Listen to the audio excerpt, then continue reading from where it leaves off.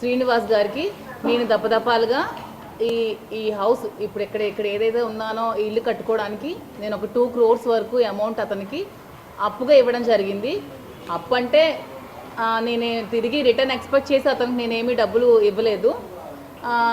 ఈ ఎలాగైనా కార్యాలయం నిలబెట్టుకోవాలి, మళ్ళీ శ్రీను గారు ఇక్కడే టెక్కల్లోనే ఉండాలి, మళ్ళీ వైసీపీ కార్యాలయం కూడా ఇక్కడ టెక్కల్లోనే ఉండాలనే ఉద్దేశంతో ఈ అమౌంట్ అతనికి ఇవ్వడం జరిగి ఈ ఇల్లు మళ్ళీ కన్స్ట్రక్షన్ చేసుకోవడం జరిగింది. ఇక్కడే కార్యక్రమాలను చేయడం కూడా జరిగింది. కానీ ఒక 1 month బ్యాక్, ఈ 2 yearsలో ఎప్పుడూ లేనిది 1 month బ్యాక్ వాణి వచ్చి తన ఒక 100 మంది మనుషులతో వచ్చి ట్రెస్ పాస్ చేసి ఇల్లు అవి వెరగొట్టి, డోర్స్ వెరగొట్టి, గోడలు పగలగొట్టి ట్రెస్ పాస్ చేసి లోపలికి వచ్చింది.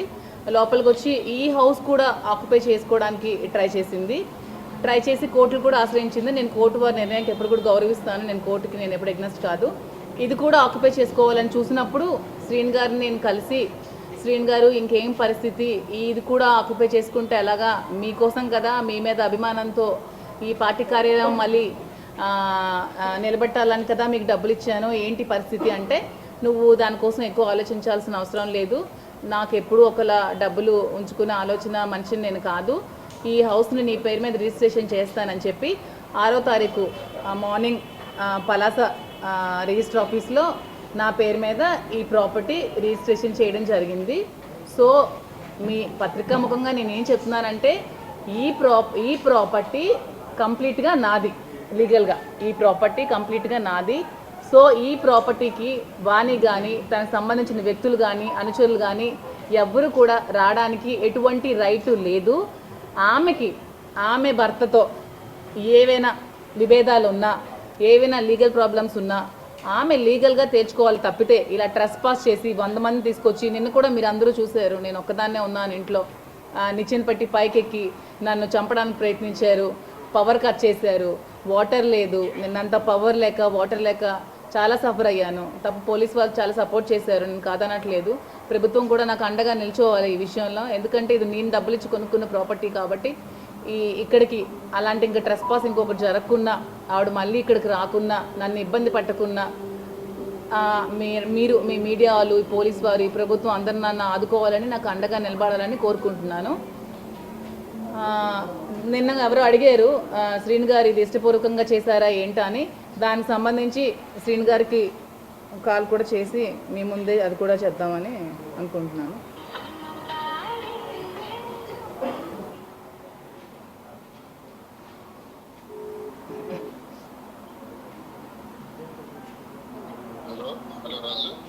రాజా, ఇప్పుడు నేను మీడియా ముందు ఉన్నాను. ఈ రిజిస్ట్రేషన్, ఈ పేపర్స్ కోసం వాళ్ళకి ఏదో డౌట్ ఉందంటే అడుగుతున్నారు. ఈ రిజిస్ట్రేషన్ అనేది మీరు ఇష్టపూర్వకంగా చేశారా ఏంటనేది వాళ్ళు తెలుసుకోవాలనుకుంటున్నారు. అంటే నేను ఇప్పుడు ఒడిశాలో ఉన్నాను, భువనేశ్వర్ దగ్గర. ఒక ఇంపార్టెంట్ వ్యక్తి ఉన్నాను. అర్జెంటా? మీడియా వచ్చారా ఇప్పుడు? అవును రాజా, మీడియా వచ్చారు. అర్జెంటా? అర్జెంట్. పక్క వస్తాను, ఒక్క నిమిషం.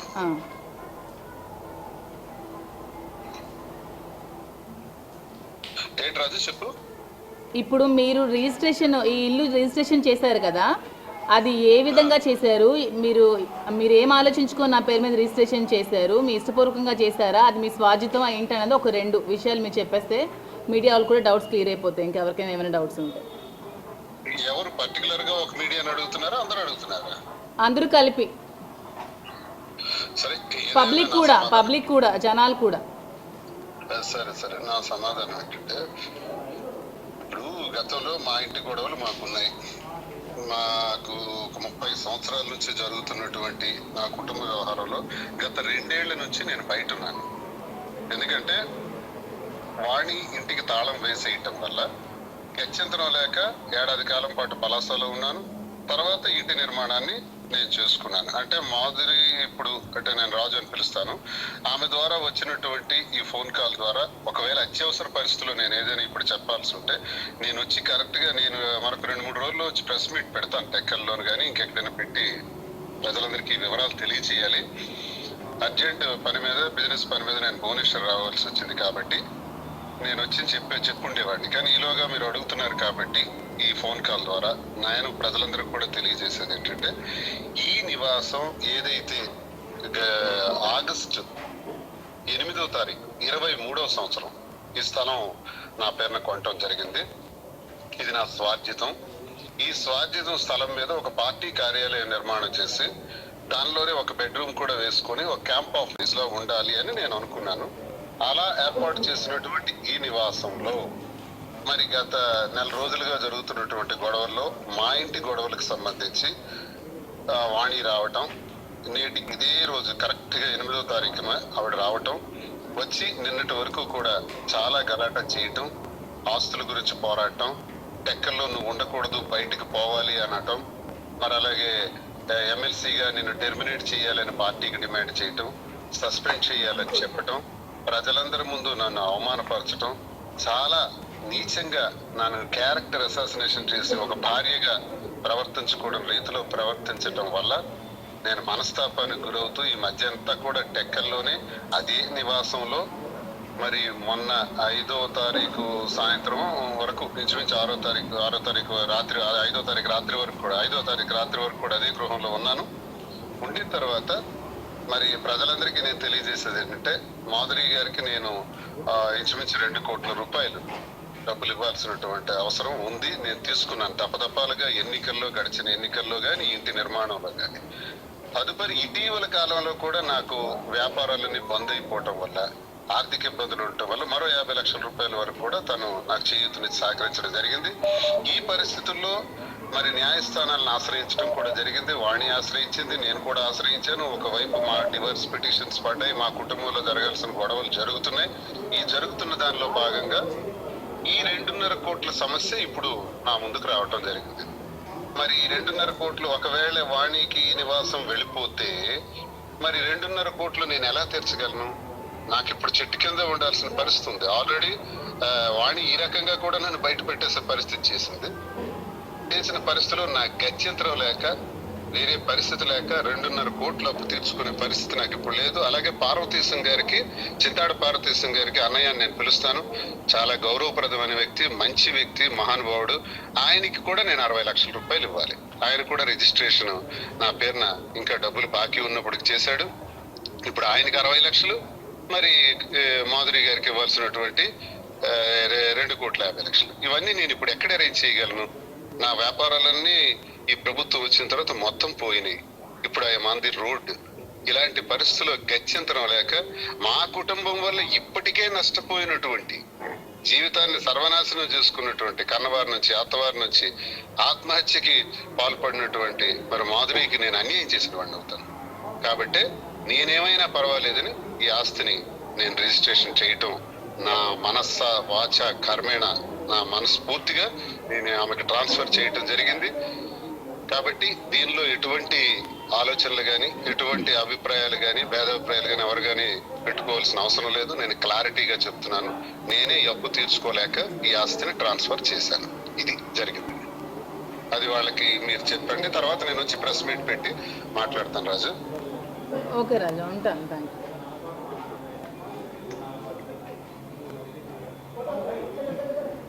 సో ఈ విషయం కూడా శ్రీని గారు చెప్పడం క్లియర్గా చెప్పారు. సో ఇంతే, ఇంక నేను చెప్పదలుచుకుంది ఏమంటే, ఈ ప్రాపర్టీ నాది కాబట్టి నా ప్రాపర్టీలోకి ఎవరు రావడానికి వీల్లేదు. వితౌట్ మై పర్మిషన్ ట్రెస్ పాసెస్ ఎవడు కూడా ఈ నా ఇంటి లోపలికి రావడానికి వీల్లేదని కోరుకుంటున్నాను. అంతే, అంతకుమించి. అంటే ఏం ప్లాన్ మీకు ఏం కనిపిస్తుంది? అదే ఇప్పటికీ చెప్తున్నాను కదా, కోర్టుకి వెళ్ళడం వల్లే రిజిస్ట్రేషన్ చేశారు. అంటే కోర్టుకి కూడా వెళ్ళి ఇంకా నా డబ్బులు కోల్పోయి, నా ఇల్లు కోల్పోయి, ఇంకా నడి రోడ్డు మీద ఉండాలా అనే ఆలోచనతోనే రిజిస్ట్రేషన్ చేశారని మీరు క్లియర్గా మీకు శ్రీని గారు చెప్తున్నారు కదా. ఇప్పుడు కోర్టుకి వెళ్ళకుండా ఏమి చేయకుండా అంటే నేను మీకు ముందు నుంచి అదే చెప్తున్నాను. నేను ఎక్స్పెక్ట్ చేసి డబ్బులు ఇవ్వలేదు, చేసిన దాన్ని అయితే ఆ రోజే రిజిస్ట్రేషన్ చేసుకొని ఉండేదాన్ని. ఇంక ఇది కూడా కోల్పోయి రోడ్డు మీదకి వచ్చే స్థితి ఉంది కాబట్టే నేను అడగడం జరిగింది, అతను రిజిస్ట్రేషన్ చేయడం జరిగింది. దీంట్లో ఏంటి, ఎవరు ఫ్యాబ్రికేట్ చేసింది, ఎవరు ప్లాన్ చేసింది ఏమీ లేదు. ప్లాన్ చేయాలంటే ఎప్పుడో ప్లాన్ చేయొచ్చు, 2 years బిఫోరే ప్లాన్ చేయొచ్చు. ఇప్పుడు ప్లాన్ చేయడానికి లేదు. ప్లాన్ చేసింది ఎవరు? ఆమె. వచ్చింది ఎవరు? ఆమె. 2 years ముందు రాని వ్యక్తి ఇప్పుడు ఎందుకు వచ్చింది అంటే 2 years తర్వాత ఇల్లు కనిపిస్తుంది, ఇల్లు కావాలి, ఇల్లు కబ్జా చేయాలని ఆలోచనతో వచ్చింది. క్లియర్గా చిన్న పిల్లకి అడిగినా అర్థం అవుతుందండి ప్రతి ఒక్కరికి కూడా. ఇటు 2 సంవత్సరాల ముందు లేనిది, 2 సంవత్సరాల ముందు భర్త మీద ప్రేమ లేనిది ఇప్పుడు ఎందుకు వస్తుంది అంటే ఇల్లు చూసి ఇల్లు కావాలి కాబట్టి ఇల్లు కూడా ఆక్యుపై చేయడానికి ఇంకా రాజకీయంగా అతను పతనం చేసి అతను ఊరి నుంచి వెలేయాల ఆలోచనతో వచ్చిన ఒక కుతంత్రం, అది ఒక ప్లాన్, తాంది ప్లాన్, మాది ప్లాన్ కాదు. ఏంటి ఆడియో క్లిప్ ఫేక్ కాకపోతే అమ్మ అని శ్రీని గారు నన్ను ఎందుకండి సంబోధిస్తారు? అసలు అందులోనే క్లియర్గా ఉంది వాళ్ళు ఎవరో మిమిక్రీ చేస్తారో ఫ్యాబ్రికేట్ చేస్తారో నాకు తెలియదు. అమ్మ అని పిలవాల్సిన అవసరం, నాకు రాజు అని పిలుస్తారు, నేను రాజా అని పిలుస్తాను. అది మీడియా ముందు కూడా ఇంతకుముందు చెప్పాను, ఆ టీవీలోనే ఎక్కడో నాకు ఏమని పిలుస్తారని అడిగితే చెప్పాను. సో అమ్మ అని నాకు పిలవాల్సిన అవసరం లేదు, అక్కడే తెలిసిపోతుంది. నేను తర్వాత ఎవరి ఫోన్ కాల్ నుంచో నేను ఎందుకు మాట్లాడితే నా ఫోన్ నుంచి నేనే మాట్లాడతాను శ్రీని గారితో. ఎవరు ఫోన్ చేసి నేను ఎందుకు మాట్లాడతాను? నా ఫోన్ నుంచి ఏమైనా ఫోన్ కాల్ ఉందా శ్రీని గారి నంబర్కి? అది ఎవరి కాల్ నుంచి వెళ్ళిందో ఎవరు వెళ్ళిందో నాకైతే తెలియదు. ఆ తర్వాత యాక్సిడెంట్ టైంలో బంగారం ఉంది అది ఉందని నేను ఎందుకు మాట్లాడతాను? అదంతా ఒక ప్లాన్ చేశారు కాబట్టి ఇట్ టేక్స్ 25 days టైం. ఆ యాక్సిడెంట్ నుంచి 25 రోజులు టైం ఎందుకు తీసుకుంది? వాయిస్ రిలీజ్ చేయాలంటే యాక్సిడెంట్ రోజే కదా రిలీజ్ చేయాలి. నిజంగా ఆ వాయిస్ క్లియర్ నిజమే అయి ఉంటే మరి నేను ఆత్మహత్య చేసుకున్నానని చెప్పి ఆ కేసు ఎందుకు ఫైల్ అవ్వలేదు? నా సూసైడ్ చేసుకోవడానికి ఆమె కారణమని మేము ప్లాన్ చేసుకుంటే మరి నా సూసైడ్ చేసుకోవడానికి రీజన్ నేను వాని మీద ఎందుకు ఇంతవరకు కేసు మేము ఎందుకు ఫైల్ చేయలేదు, పోలీసులు ఎందుకు ఫైల్ చేయలేదు? If it is true case file అవ్వాలి కదా ఆమె మీద. నా ఆత్మహత్యకు ప్రేరేపించింది ఆమె కాబట్టి, నా ఆత్మహత్య కారణం ఆమె కాబట్టి చేయాలి. ఆమె అది ప్లాన్ చేసి ఆ ఆడియో రెడీ చేసుకుంది అంటే అది కూడా ఒక బాగుంటుంది కదా ఈ టైంలో రిలీజ్ చేస్తే ఆవిడకి సింపతి మాకు ఎగ్నెస్ట్గా ఉంటుందని ప్లాన్ చేసిన అది ఒక ఫ్యాబ్రికేటెడ్ వాయిస్ అండి. క్లియర్గా ఉంది, ఎవరైనా అర్థమవుతుంది. అసలు నా వాయిస్లో పెప్ ఉంటుంది, ఎనర్జీ ఉంటుంది, జోష్ ఉంటుంది. ఆ వాయిస్లో శ్రీని గారు ఎప్పుడైనా అలా మాట్లాడారు మీరు ఎక్కడైనా చూసారా? చేసిన వాళ్ళు కూడా సరిగ్గా చేయలేకపోయారు. బెటర్లకు నెక్స్ట్ టైం ఎవరు చేస్తారో వాళ్ళని కొంచెం బాగా చేసి ట్రై చేయమని చెప్పారు. మేడం గారు ఇప్పుడు నిన్న మీరు చెప్తారు దువ్వాడ వాణి గారు విడాకులు ఇస్తే దువ్వాడ శ్రీనివాస గారిని పెళ్లి చేసుకోవడానికి నేను సిద్ధం అని. వాళ్ళిద్దరూ విడిపోవడానికి గల రీజన్లు చాలా ఉన్నాయి, కానీ మీరు మీ భర్తతో విడిపోవడానికి ఏదైనా రీజన్ ఉందా? నా భర్తతో విడిపోవడానికి రీజన్ అంటే మాకు కొన్ని ప్రాబ్లమ్స్ ఉన్నాయి, మా ఇద్దరి మధ్యలో కొన్ని రీజన్స్ కొన్ని ప్రాబ్లమ్స్ ఉన్నాయి. ఉండడం వల్లే మేము కొద్ది రోజులుగా దూరంగా ఉండడం జరిగింది. ఆ ప్రాబ్లమ్స్ ఏవనేవి మా వైఫ్ అండ్ హస్బెండ్ అండర్స్టాండింగ్ మధ్యలో ఉంటుంది. మేము మ్యూచువల్ కన్సర్న్లో విడిపోతాము. విడిపోయి నేను శ్రీని గారు ప్రెజెంట్ లివింగ్ టుగెదర్లోనే ఉన్నాము, కలిసే ఉంటాము. ఇంకో క్వశ్చన్ ఏంటంటే శ్రీని గారు ఎమ్మెల్సీ కార్యాలయం ఇదే కంటిన్యూ చేస్తాం. నేను అతనికి ఇది రెంట్కి ఇవ్వడం జరుగుతుంది వైసీపీ కార్యాలయానికి. అతని కార్యక్రమాలన్నీ యథావిధిగా ఇక్కడే కంటిన్యూ చేస్తారు. ఇక్కడే కార్యక్రమాలన్నీ పార్టీ కార్యక్రమాలన్నీ ఇక్కడే జరుగుతాయి. అతనికి నేను ఈ బిల్డింగ్ లీజ్కి ఇవ్వడం జరుగుతుంది, గ్రౌండ్ ఫ్లోర్ లీజ్కి ఇస్తాను. సో అతని కార్యక్రమాలన్నీ కింద యథావిధంగా ఇక్కడే జరుగుతాయి. కార్యకర్తలు అందరూ ఇక్కడికే వస్తారు. యాజ్ యూజువల్గా ప్రోగ్రామ్స్ అన్ని ఇక్కడే జరుగుతాయి. కార్యాలయం రెంట్కి ఇస్తాను, బిల్డింగ్ ఇస్తాను, ఇల్లు రెంట్కి ఇస్తాను, కార్యాలయం రెంట్కి ఇస్తాను. అది అతను ఇంకొక ఇల్లు కట్టుకునేంత వరకు రెంట్కి ఇస్తాను. ఎక్కడలోనే ఉండాలి కదా నాయకుడు అనేవాడు, ఇక్కడే ఉంటారు. ఇది ఇప్పటి నుంచి కార్యాలయం అంటారు ఫుల్ ఫ్లెడ్జ్డ్గా కింద గ్రౌండ్ ఫ్లోర్ అంతా కార్యాలయం, పైన అంతా హౌస్. ఎమ్మెల్సీ హోదాలో అతను ఎమ్మెల్సీ కార్యక్రమాలన్నీ ఇక్కడే జరుపుతారు. పార్టీ వ్యక్తిగతంగా కాదు. ఇంకొకటి అండి, చాలామందికి డౌట్ ఉంది, కోర్టు ఆర్డర్ ఉండగా రిజిస్ట్రేషన్ ఎలా చేయించాలి అనేది చాలామంది అడుగుతాం. సో కోర్టు ఆర్డర్ విషయంలో మేము చూసాం, మీకు డీబీసీ సంబంధించి వాళ్ళు వేసిన పిటిషన్ కాపీ నేను పంపిస్తాను. సో డీబీసీలో ఎక్కడ కానీ, అలాగే ఆనరబుల్ కోర్టు వారు ఇచ్చిన ఆర్డర్లో కానీ ఇల్లు కూడా అమ్మకూడదు, అలాగే ఇంటిపైన ఎలాంటి అటాచ్మెంట్ కానీ సో అలాంటి అయితే ఏమి లేవండి. సో జనరల్గా డీబీసీ ఏం చెప్తుంది, ఒక భార్యకి ఆ భర్త అనే వ్యక్తి నివాసం కల్పించాలి అనేది మాత్రమే చెప్తుంది. అంతేగాని ఆయన యొక్క ప్రాపర్టీ అమ్మకూడదు అనేది దీని మీద అయితే లేదు, వాళ్ళ పిటిషన్లో కూడా రాయలేదు, ఆర్డర్లో కూడా అలాంటిది కూడా లేదు. ఒకటి నెక్స్ట్ ఎవరైనా సరే ఈ ప్రాపర్టీకి ఉంటే మేము రేపు ఇంజక్షన్ చూపు దానికి ఫర్దర్గా కూడా మేము వెళ్తూ ఉన్నాం. ప్లస్ ఇందులో కూడా క్లియర్గా మీకు మీ దగ్గర ఉంటుంది, స్వార్జితపు ఆస్తి అంటే మీకు ఒక లీగల్ జనరల్గా ఏంటంటే ఒక హిందూ పురుషుడు సంపాదించిన ఆస్తి అంటే భర్త సంపాదించిన ఆస్తి ఏదైతే ఉందో దానికి ఎవరికీ అధికారం ఉండదు. ఈవెన్ భార్య బిడ్డలు కూడా రైట్ ఉండదు. అంటే నా సెల్ఫ్ ఎక్వైర్ ప్రాపర్టీ ఏదైతే ఉందో అది నా ఇష్టం, నేను ఎవరికైనా ఇచ్చుకోవచ్చు, ఏదైనా చేసుకోవచ్చు. సో ఎవరైనా సరే ఇక్కడ భారతదేశంలో పుట్టిన హిందూ పురుషుడు ఎవరైనా సరే తన యొక్క సెల్ఫ్ ఎక్వైర్ ప్రాపర్టీ కష్టపడి సంపాదించిన ఆస్తి స్వార్జితపు ఆస్తి అంటాం మనం. సో దాన్ని ఏదైతే ఉందో ఎవరికైనా ఇచ్చుకోవచ్చు. కేవలం భార్య బిడ్డలు అనేవాళ్ళు ఎవరైతే ఉన్నారో వారేంటంటే మెయింటెనెన్స్ మాత్రమే అడిగే రైట్ మాత్రమే ఉంటుంది. సో ఇది కూడా ఏంటంటే ఇప్పుడు ఏదైతే ఆర్డర్ ఏదైతే ఉందో అది 12వ తారీఖు వాయిదా ఉన్నట్టుంది. దాని అవసరం అయితే మెయింటెనెన్స్ కింద అంటే ఇప్పుడు నివాసం లేదు కాబట్టి దాని అవసరం అయితే ఆయన కోర్టు వారి దృష్టికి ఏంటంటే నాకు మెయింటెనెన్స్ లేదు కాబట్టి నేను దాని మెయింటెనెన్స్ పరంగా ఎంతో కొంత మెయింటెనెన్స్ ఇవ్వగలుగుతానని చెప్పడం జరుగుతుంది. అయితే ఏంటంటే ఇప్పుడు మాకు తెలిసిన సమాచారం అంటే జనరల్గా ఏంటంటే ఆమె ఒక సీను గారు ఇచ్చిన ప్రాపర్టీ ఏదైతే ఉందో దాదాపు 6 కోట్ల రూపాయల ప్రాపర్టీలో ప్రజెంట్ నివసిస్తున్నారని తెలుస్తూ ఉంది. అంటే ఎక్కడ ఎవరికైనా ఎలాంటి నివాసము లేకుండా తల్లిగారి ఇంటి దగ్గర ఉన్న ఎవరైతే స్త్రీ ఎవరైతే ఉన్నారో ఆమె మాత్రమే భర్తకు సంబంధించిన ఆ ప్రాపర్టీ ఏదైతే ఉందో మేము ఉండాలి అనేది ఆర్డర్, రిస్ట్రైనింగ్ ఆర్డర్ అనేది వస్తుంది. కాకపోతే ఆమెకు ఎకనామికల్గా సౌండ్ ఉన్నారు, ఆమెకు ఆల్రెడీ ఒక ఇల్లు ఉంది, అంత వెల్ ఎస్టాబ్లిష్డ్ కాబట్టి దాన్ని కూడా మేము కోర్టు వారి దృష్టికి తీసుకెళ్తే అప్పీల్ కూడా వేసి దాన్ని కూడా ఛాలెంజ్ చేయడానికి సిద్ధంగా ఉంది. మీ వైపు నుంచి ఇప్పుడు ఏమన్నా కేసు వేసారా కోర్టులో? మీరు ఎందుకు ఇంత సడన్ గా రావాల్సి వచ్చింది? లేదు రాజు గారు, ఇప్పుడు విషయం ఏంటంటే నేను ఏమంటున్నానంటే ఈ కేసు ఎప్పటి నుంచో నేను ఫాలోఅప్ చేస్తూ ఉన్నాను. హైదరాబాద్ నుండి నోటీసులు కూడా పంపించాం, డెఫర్మేషన్ సూట్ ఒకటి పంపించాము, తర్వాత వేరే అది కూడా చేస్తూ ఉన్నాం. ఇప్పుడు ఏంటంటే ఈమెకి సంబంధించిన రక్షణ ఏదైతే ఉందో ఆ విషయం కూడా మీకు చెప్తున్నాను. ఈమెకి ప్రొటెక్షన్ అయితే కావాలి. ఒక హ్యూమన్ సిటిజన్గా ఆర్టికల్ 21 ప్రకారం మనకు జీవించే హక్కు అనేది మనకు ఉంది.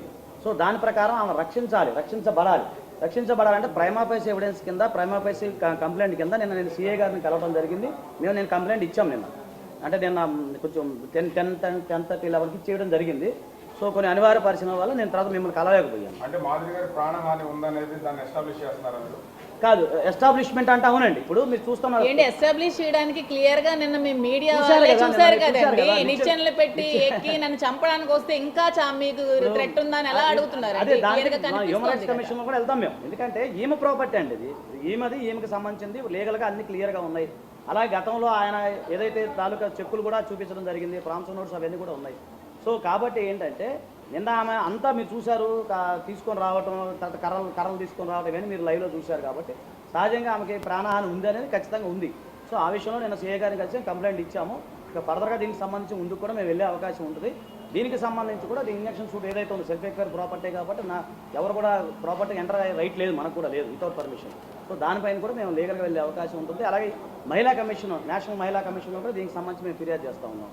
అలాగే ఏంటంటే ఇప్పుడు మీకు ఒక క్లారిటీ ఇస్తాను. ఏంటంటే భార్యాభర్తల మీద వ్యవహారం ఏదైనా ఉంటే అది అక్కడ కోర్టులో తెలుసుకోవాలి. డొమెస్టిక్ వైలెన్స్ అనేది ఉంది, సరే డైవర్స్ అనేవి పెండింగ్ ఉన్నట్టున్నాయి, అవి వాళ్ళు చూసుకుంటారు తప్ప ప్రాపర్టీకి సంబంధించి దీనిపైన ఎలాంటి అటాచ్మెంట్ అనేది లేదు. కోర్టు వారికి సంబంధించిన ఎలాంటి ఆర్డర్స్ అయితే దీనిపైన లేవు. కాబట్టి అలాగే మేము గతం నుంచి ఏదైతే ప్రాపర్టీ ఆయన బాకీ ఉన్నారు కాబట్టి అది అడగడం జరిగింది. ఒకవేళ ఆయన ఇవ్వకపోయినా కోర్టు నుంచి అటాచ్మెంట్ తెచ్చుకుంటాం మేము, అలాగే ఆ ప్రాపర్టీ రికవర్ చేసుకునే అవకాశం ఉంటుంది కదా. సో ఈ సైట్కి సంబంధించి పార్వతీశ్వరం మాస్టర్కి 60 లక్షలు ఇవ్వాలి, మరి మాధురికి రిజిస్ట్రేషన్ చేశారు, నా డబ్బులు నేను వసూలు చేసుకుంటే అవసరం ఇదే ఇంటి ముందు నేను ధర్నా చేస్తాను. శ్రీన్ గారు ఇప్పుడు క్లియర్ గా మీ ముందే కదా చెప్పారు. పార్వతీశం గారు కూడా నేను ఇవ్వాల్సిన బాధ్యత ఉంది, 60 lakhs పార్వతీశం గారు కూడా నేను క్లియర్ చేస్తానని చెప్పారు కదా. శ్రీన్ గారు ఎప్పుడు కూడా ఒకళ్ళు డబ్బులు తినేసే మనిషి కాదండి.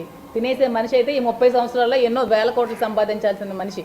సో అతను ఎవరి డబ్బులు తినాల్సిన అవసరం లేదు. ఆ ఆలోచనతోనే నాకు నా డబ్బులు ఉంచుకోడే ఉద్దేశం లేకనే నాకు రిజిస్ట్రేషన్ చేశారు. అలాగే పార్వతీశం గారు కూడా 60 లక్షలు క్లియర్ చేసేస్తారు అంతే, అతను కూడా క్లియర్ చేసేస్తారు. ఎవరి డబ్బులు ఉంచుకోవాల్సిన అవసరం ఎవరికి లేదు. ఇప్పుడు నెల రోజుల నుంచి ఒక క్యారెక్టర్ అసోసియేషన్ దాని మీద ఏమన్నా కోర్టుకి వెళ్ళేది ఇట్లాంటి ఏమన్నా? డిఫేమేషన్ ఆల్రెడీ వేసి ఆమెకు ఆల్రెడీ పంపించారండి, నోటీస్ పంపించారు. ఆమె నోటీస్ రిసీవ్ చేసుకున్నారు కూడా. రిప్లై కోసం వెయిట్ చేస్తాం, సమయం ఉంటుంది కదా సార్, నోటీస్కి రిప్లై ఉంటుంది కదా, దాన్ని బట్టి చూసి అదే వేస్తాం. కొన్ని వేరే ఛానల్ కూడా 2 కోట్లు ఎలాగొచ్చాయంటే మీకు తెలియదా అన్నయ్య? మా మామ ఏంటో మా ఆయన ఏంటో మాకేం ఆస్తులు ఉన్నాయో మీకు తెలియదా? ఆమెకు బుర్రలేదు, మీ అందరికీ ఉంటుందా? కాదు మహిళలకు సంబంధించి ఇన్కమ్ ట్యాక్స్ లో మీకు తెలియదు ఏం కదా, ఇన్కమ్ ట్యాక్స్ లో రిటర్న్స్ కూడా ఫైల్ చేశాను, ఇన్కమ్ ట్యాక్స్ రిటర్న్స్ ఫైల్ చేశాను. నా రిటర్న్స్ కూడా చూసుకోవచ్చు. నేను శ్రీ వెంకటేశ్వర ట్రాన్స్పోర్ట్ అని ఇన్ఫ్రా కూడా నడిపాను, కాంట్రాక్ట్ వర్క్స్ చేశాను, రియల్ ఎస్టేట్ చేశాను, మెరైన్ ఇంజనీర్ తాను. దాన్ని నాకు నెల డబ్బులు పంపిస్తారు. మాకు డబ్బులు కొదవలేదు, బంగారానికి కొదవలేదు, ఆస్తులకు కొదవలేదు. అది అందరికీ టెక్కల ప్రజలు కూడా అందరికీ తెలుసు. ఆమెకు బుర్ర తక్కువ అయితే అది మరి నేను చెప్పలేను. డబ్బులు ఎలాగొచ్చాయి, ఏం చేసాయి అంటే నేను డబ్బులు ఎలాగొచ్చాయని ఆమెకు అన్ని నా అకౌంట్ డీటెయిల్స్ అవన్నీ చూపించాలా ఏంటో మరి. ఒకటే మీరు అన్నట్టుగానమ్మా, ఇప్పుడు ప్రాపర్టీ అనేది ఏదైతే 2 CR ఏదైతే ఉందో దఫాలుగా ఇచ్చారు కానీ ఒకేసారి ఇవ్వలేదు కదా సార్. ఆమె ఇచ్చుకుంటూ వస్తూ ఉన్నారు, ఆ సందర్భాన్ని బట్టి ఇచ్చుకుంటూ నేను ఇచ్చింది 200 కోట్లు కాదండి, ఆఫ్టర్ ఆల్ 2 కోట్లు. 2 కోట్లు కూడా ఇది లేకపోతే దేనికండి? తల్లిదండ్రుల నుంచి వచ్చిన మీకు స్త్రీధనం అదే అంటున్నాను. నా తల్లిదండ్రుల నుంచి వచ్చిన ఆస్తులు ఉన్నాయి, నాకు అత్తవారి నుంచి వచ్చిన ఆస్తులు ఉన్నాయి, నేను వ్యాపారం చేసుకున్న ఆస్తులు ఉన్నాయి, నేను సంపాదించుకున్న ఆస్తులు ఉన్నాయి. మా ఫ్యామిలీ ఆస్తులు ఉన్నాయి. ఆఫ్టర్ ఆల్ ఒక 2 crores అసలు పాయింట్ చేయడం అంటే నాకు ఓకే సారీ 2 crores ఆమెకి ఎక్కువై ఉండొచ్చు. అంటే వాళ్ళు కొంచెం వాళ్ళకి నాకు తెలిసి రాఘవరావుకు 300 రూపాయలు ఎక్కువ అంట. అంటే మరి అందుకనే 300 రూపాయలు ఇచ్చిన అల్లుడు చెప్పుకున్నాడు. అంటే వాళ్ళు బతుకు 300 రూపీస్ దగ్గర ఆగిపోయింది కాబట్టి, అలాంటి ముష్టి బ్రతుకులు కాబట్టి 2 crores అనేవి ఆమెకి ఎక్కువ అవ్వచ్చు, మాకైతే ఎక్కువ కాదు. 2 crores అనేది నాకు చాలా లిటిల్ అమౌంట్. అది ఇప్పుడు దానికి సంబంధించి ఏదంటే ఇప్పుడు ఏదైతే దఫాలుగా ఇవ్వడం జరిగిందండి, ఒకేసారి కాదు. గత 2 years నుంచి ఆమె ఉన్నప్పుడు అడిగినప్పుడల్లా ఇచ్చుకుంటూ రావడం జరిగింది. దానికి సంబంధించి ఆయన కూడా అదే సేమ్ కూడా ఆయన నిజాయితీగా ప్రామిసన్ నోట్స్ అవన్నీ కూడా రాయడం జరిగింది. మేము అఫీషియల్ గా రిటర్న్స్ కూడా ఇన్కమ్ ట్యాక్స్ రిటర్న్స్ అన్ని ఫైల్ చేసుకొని యాజ్ పర్ గవర్నమెంట్ ట్యాక్స్ కట్టుకొని నేను అఫీషియల్ గా రిటర్న్స్ ఫైల్ చేసుకుని ఉన్నానండి. I'm taxpayer, official taxpayer. మా హస్బెండ్ బోస్ ఎన్ఆర్ఐ తనకి ట్యాక్స్ లేదేమో కానీ ఐఎమ్ అఫీషియల్ ట్యాక్స్ పేయర్. నా పేరు Sai Krishna Azad, practising in Supreme Court. మీరు మీకు సంబంధించి ఆల్రెడీ దగ్గర ఎంటీ చెక్స్ ఉన్నాయి. ఇప్పుడు రిజిస్ట్రేషన్ అవడంతో వాటిని క్లియర్ అయిపోయినట్లే. క్లియర్ అయిపోయి 1,30,38 లక్షలకు మాత్రమే మీకు 2 కోట్లు ఇవ్వాలని చెప్తున్నారు. ఏంటి 1,38 లక్షలు అనేది దిస్ ఈజ్ మార్కెట్ వాల్యూ. 1,38 లక్షలు అనేది మార్కెట్ విలువ మాత్రమే ఈ బిల్డింగ్కి. ఈ బిల్డింగ్ ఎంత విలువ ఉంటుందో ఏదో నాకు తెలియదు. 1,38 లక్షలు అనేది మార్కెట్ వాల్యూ. మార్కెట్ వాల్యూ ప్రకారం నేను గవర్నమెంట్కి కూడా డబ్బులు చెల్లించి టీడీఎస్ కూడా కట్టి రిజిస్ట్రేషన్ చేసుకోవడం జరిగింది. నేను 2 crores ఈ మధ్యన కూడా ఈ ఇష్యూ అయిన తర్వాత ఈ 50 lakhs ఇంకొక 50 లక్షలు అతనికి అదనంగా ఇవ్వడం జరిగింది దానికి. సో నేను ఇచ్చిన అమౌంట్కి ఇది సరిపోతుందో సరిపోతుందనేది సెకండరీ. తర్వాత మేము చూసుకుంటాం నాకు అమౌంట్ రావాలా అతనికి రావాలనేది మేము తర్వాత టాలీ చేసుకుంటాం. ప్రెజెంట్ నాకు ఇవ్వాల్సిన అమౌంట్కి ఈ ఇల్లు కూడా ఆక్యుపై చేసుకోవాలని చూస్తున్నారు కాబట్టి నేను నష్టపోతాననే ఉద్దేశంతో అతను నాకు రిజిస్ట్రేషన్ చేయడం జరిగింది. ఈ ఆస్తిని నాకు అప్పచెప్పడం జరిగింది. ఆల్రెడీ మీరు పోలీసులకి ఫిర్యాదు చేశారు. బయట గేట్ కి తాళాలు వేయాల్సినంత అవసరం వచ్చింది. అది మా ఇష్టం అండి. మళ్ళీ ఇలాంటి కుక్కలే వచ్చి మళ్ళీ సిట్టింగ్ వేస్తే దాన్ని వెంట పడడానికి మళ్ళీ నాకు అంత ఓపిక లేదు కాబట్టి నా ఇంటికి నేను తాళాలు వేసుకోవడం జరిగింది. మన ఇష్టమే కదండి, మన ఇల్లు మన ఇష్టం. భయపడుతున్నారా? భయం అనేది నా బ్లడ్లోనే లేదండి. భయపడితే నేను ఒక్కదాన్ని అక్కడ మేడ మీద ఫేస్ చేసుకొని కింద 100 మంది నేను ఫేస్ చేసుకోను. భయపడితే ఈ ప్లేస్లో నేను ఉండను కూడా. భయం అనేది నా బ్లడ్లోనే లేదు.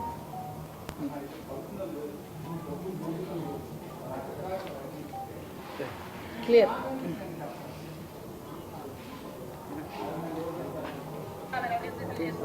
సాయి కృష్ణ ఆజాద్, సాయి కృష్ణ ఆజాద్.